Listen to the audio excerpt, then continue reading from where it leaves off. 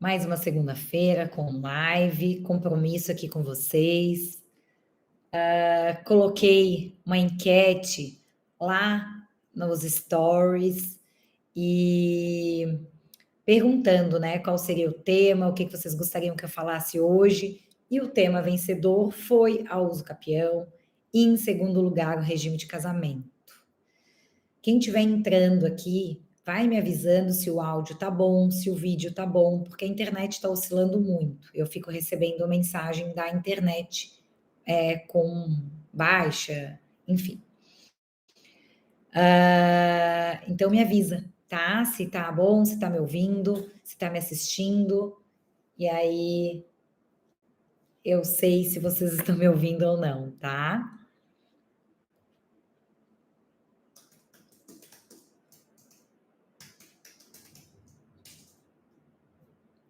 Me dá um joinha, que daí eu sei que vocês estão me ouvindo, porque eu já tive que sair e voltar, tá oscilando bastante. Perfeito. A Letícia já me disse aqui que está me assistindo, que está conseguindo me ver. Me manda um joinha, Letícia, por favor, aqui no Instagram, para mim saber que tu está me assistindo. Boa tarde, doutora Franciele Carneiro, aqui tudo certo. Então, perfeito, tá ótimo. Eu mudei a rede aqui, acho que agora não vai cair mais.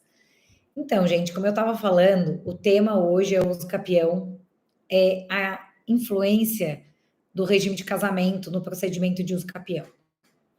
Em vários momentos do procedimento da uso capião, a gente precisa analisar o regime de casamento. O regime de casamento, ele influencia em várias etapas desse procedimento de uso capião. Uma das primeiras etapas, um dos primeiros momentos que a gente precisa observar o regime de casamento é no momento da aquisição desse imóvel, seja ele uma propriedade, seja ele uma posse. Quando eu faço a aquisição desse imóvel, seja por instrumento particular, seja por instrumento público, eu preciso saber o regime de casamento do vendedor desse imóvel. Gente, isso é a dica de milhão. Isso eu podia ter deixado lá para o final da live, mas eu já estou falando aqui no começo para vocês que eu não gosto de enrolação. Então, assim, de cara, eu preciso saber, vendedor, qual o teu regime de casamento? Aí agora vem mais uma dica que vale mais do que 1 milhão para vocês. Quando o vendedor falar que ele é solteiro, quando ele falar que ele é divorciado, ou ainda quando ele falar que é viúvo, cuidado, ele pode ser, sim, solteiro, divorciado e viúvo, mas viver uma união estável. E nós sabemos, quem me segue aqui sabe, que uma união estável, ela é equiparada ao regime de comunhão parcial de bens. E se eu equiparo uma união estável ao regime de comunhão parcial de bens, eu sei que para a transferência de propriedade, eu preciso da outorga conjugal. Ou seja, eu preciso da assinatura do cônjuge. Apareceu pausado aqui para mim. Vocês estão me assistindo? Estão me ouvindo? Me dá um joinha. E se cair a conexão, vocês me avisem para eu não ficar aqui falando sozinha. Dá um joinha só para eu saber que tá tudo bem. Porque fica aparecendo conexão pausada, conexão pausada. Só me avisa.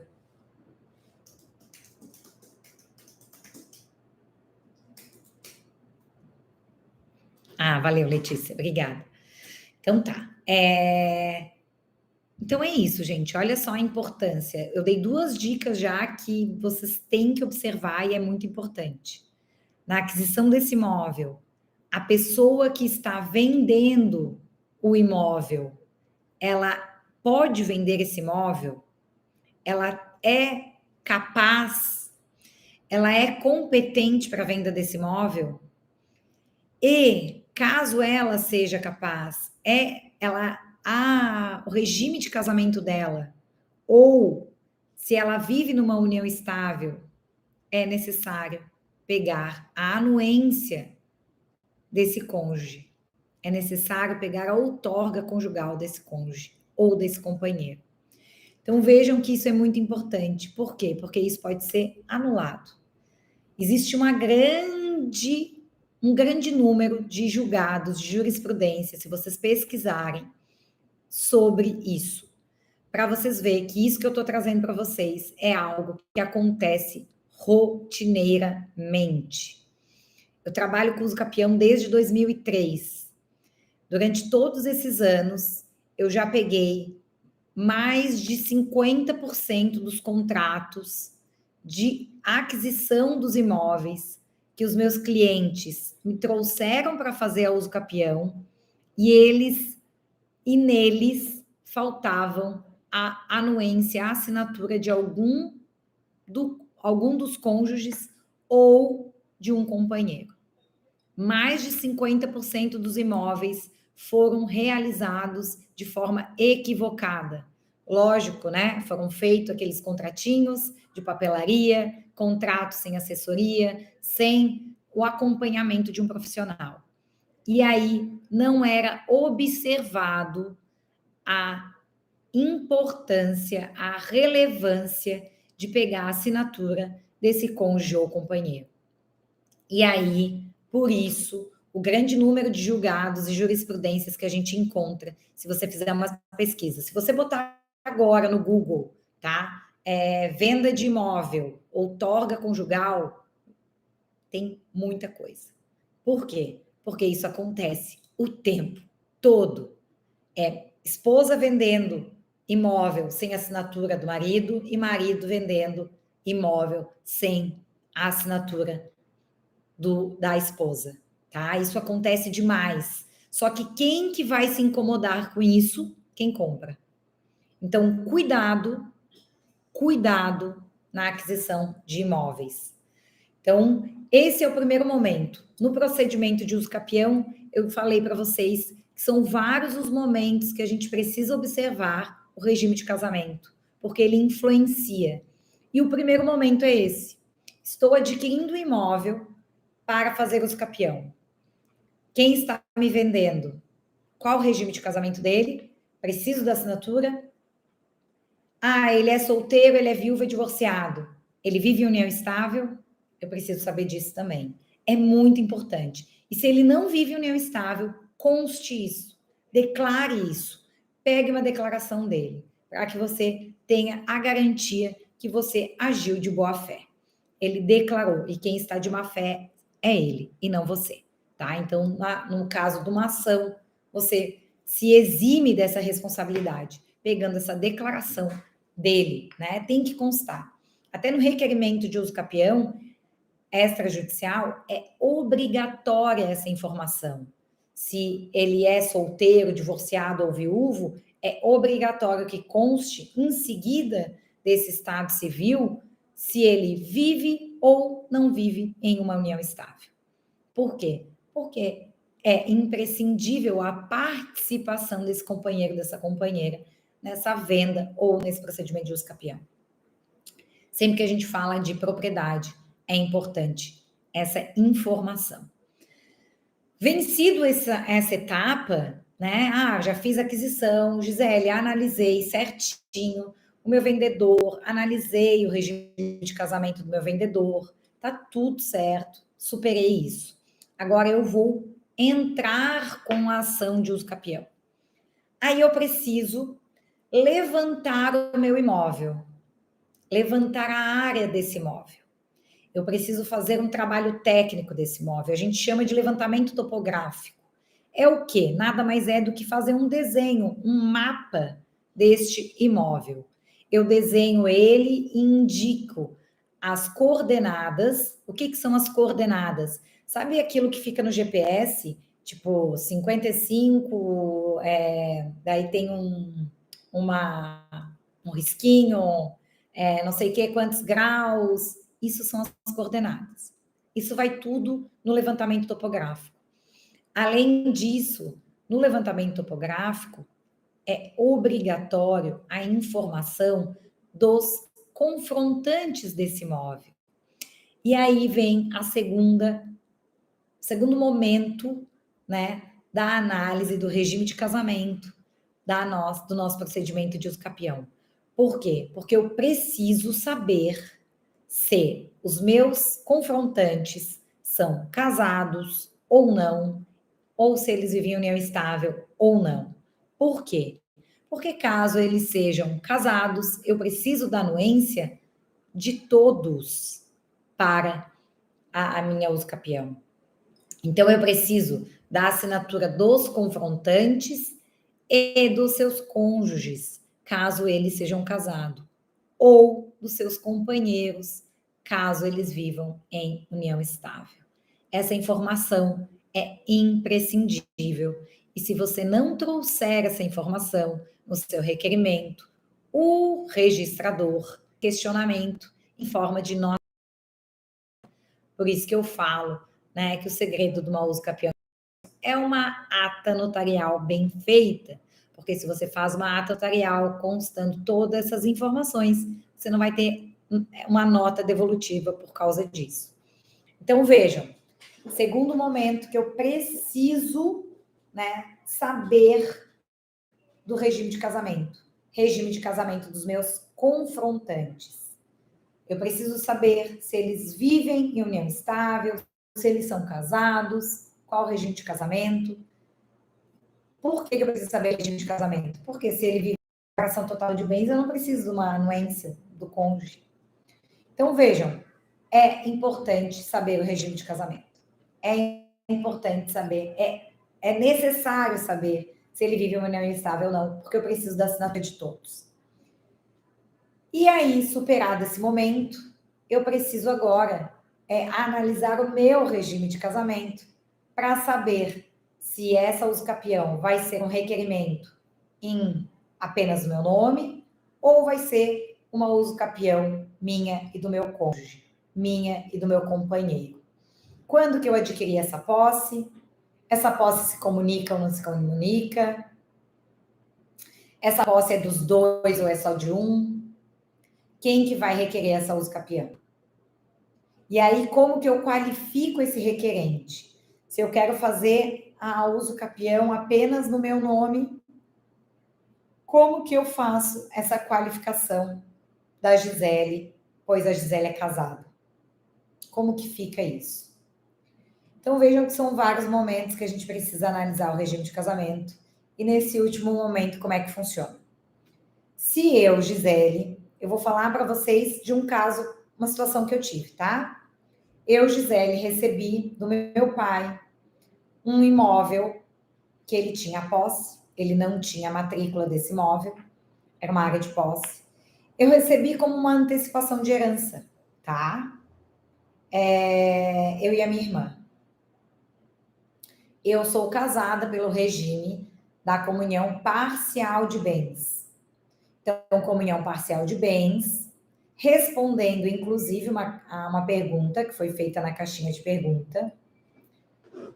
O regime de comunhão parcial de bens está previsto no artigo 1658 do Código Civil.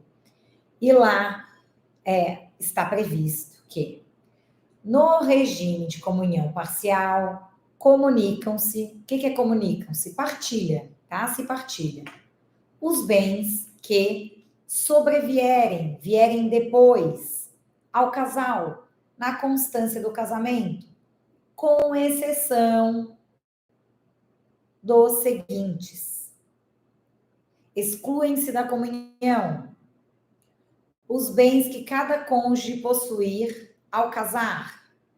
Então, vejam bem, o regime de comunhão parcial de bens, hoje, é o regime legal que a gente fala, é o regime que está em vigor quando você não faz pacto antinupcial, quando você não escolhe um regime diverso. Esse é o regime que vai estar em vigor e que vai ser adotado caso você, né, tenha um divórcio. No caso de uma união estável, também é esse o regime que será adotado no caso de uma dissolução dessa união estável, porque ele é o regime, atualmente, o regime legal. Então, no regime da comunhão parcial de bens, comunica-se, partilha-se tudo que sobrevier, tudo que vier depois desta união. Tudo que for adquirido após essa união se divide. Com exceção dos bens que cada cônjuge já possui. Bom, eu já tinha uma casa quando eu casei. Já tinha uma casa. Essa casa eu adquiri antes. Então, isso não se divide no caso de um divórcio. Os bens que cada cônjuge possuir e os que lhe sobrevierem, os que vierem depois, tá? Então, todos aquilo que eu já tinha não se divide. E os que vierem depois, mas quando forem por doação, por sucessão ou subrogados no seu lugar. Ou seja, aquele bem que eu recebi doado do meu pai, em vida, que meu pai doou para mim, ele não se divide com meu companheiro. No caso de um divórcio, porque eu preciso lembrar vocês que no caso de morte, no caso de uma sucessão, no caso da minha morte, mesmo esse bem que eu recebi por doação, mesmo esse bem que eu recebi em inventário, ele, meu marido, tem direito. Ele é meu herdeiro. Ele é meu herdeiro de todos os bens particulares. Certo? Então, todos os bens particulares, aqueles que não se comunicam, ele é meu herdeiro. E ele concorre junto com os meus filhos. Então, tem que tomar cuidado, porque se você não tiver um testamento, se você não tiver uma organização patrimonial, se você não tiver um planejamento patrimonial, um planejamento sucessório, o seu companheiro ou o seu cônjuge, ainda que em regime de comunhão parcial de bens, participará da distribuição, será seu herdeiro dos bens particulares. Você só consegue mudar isso com o testamento, tá? No testamento você pode mudar isso. Então fiquem atentos. O testamento vale muito, eu utilizo muito para isso. Vale muito a pena. O testamento é um procedimento simples, barato, pode ser mudado a qualquer tempo, por isso que eu gosto dele. A doação, eu sempre sou mais receosa, porque depois que doou, doou, e às vezes o doador se arrepende, e aí não tem o que fazer. E o testamento não. Se houver um arrependimento, houver uma mudança no meio do caminho, você pode mudar o testamento, tá? Então, é bem legal usar o testamento para isso. Mas respondendo essa pergunta que veio na caixinha e falava, né, os bens de sucessão, porque ela fala bens de herança, bens de sucessão é bens de herança, recebi bens de herança, seja de avós, seja de pai, seja de um tio, enfim, recebi um bem de herança. Se comunica, se partilha com o meu cônjuge no regime de comunhão parcial de bens, ou se comunica, se partilha com o meu companheiro, já que quando a gente vive união estável, é o regime da comunhão parcial de bens? Não, não se divide. No caso de divórcio, no caso de dissolução, não se partilha. Mas, cuidado, no caso da sua morte, ele será herdeiro, ou ela será herdeira. Ainda que o bem seja derivado de herança, tá? Ainda que seja um bem particular, ele será seu herdeiro. Então, cuidado, porque há muita confusão nisso. E aí, quando morre, a pessoa leva um susto. Ai, mas eu achei que como eu tinha esse regime de casamento, ele não ia ter direito nenhum, ou ela não teria direito nenhum. E aí vem os filhos apavorados, ou né, alguém apavorado porque não se precaveu com essa situação. Então, fiquem atentos, é diferente. a distribuição do patrimônio no divórcio, na dissolução, para uma sucessão, no caso de